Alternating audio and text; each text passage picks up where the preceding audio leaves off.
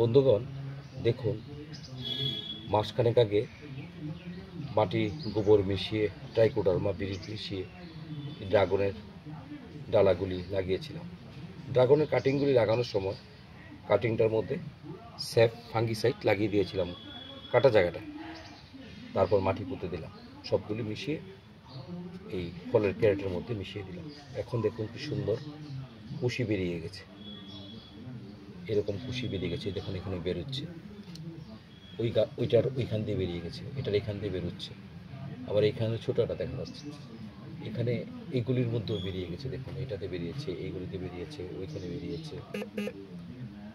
আমি বলতে চাই, অ্যাকচুয়ালি আমরা যদি সবাই এটা ফলের ক্যারেট ফলের দোকান থেকে 30 টাকা দিয়ে কালেকশন করা যায়, আর মাটি গোবর তো পাওয়াই যায়, এমন কোনো দুঃসাধ্য জিনিস না।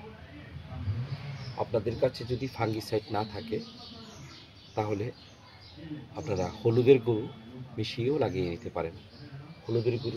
হলুদের গুঁড়ো জলের সাথে মিশিয়ে তার মধ্যে আমরা যেমন এটাকে ফাঙ্গিসাইডে ভিজাই, এটা আপনারা ভিজিয়ে রাখবেন।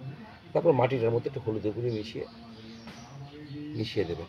আর সব সময় একটু কৃষিকাজ করতে গেলে ফাঙ্গিসাইডের বিশেষ দরকারই হয়, ফাঙ্গিসাইড ছাড়া হয় না। কারণ আপনি কৃষিকাজ করবেন আর আপনার পেছনে ফাঙ্গাস, রোগ পোকা এগুলি লেগেই থাকবে। সুতরাং আপনি যদি ফসল করে সঠিকভাবে ফসল না পান, তখন তো আপনার মনটা খারাপ হয়ে যাবে। তার জন্য একটা ফাঙ্গিসাইড, সেফ, সবচেয়ে কম দামি ফাঙ্গিসাইড SAAF আপনি অনলাইনে অ্যামাজন থেকে আনতে পারেন, বা যে কোনো ফার্টিলাইজারের দোকান থেকে কালেকশন করতে পারেন।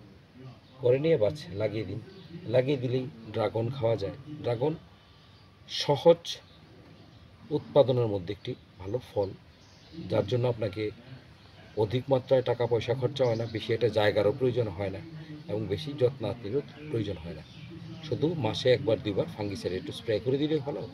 আর গাছের গোড়ার মধ্যে আপনি যদি একটু গোবর দেন, একটু বার্মি কম্পোস্ট দেন, তাহলেই হয়ে গেল।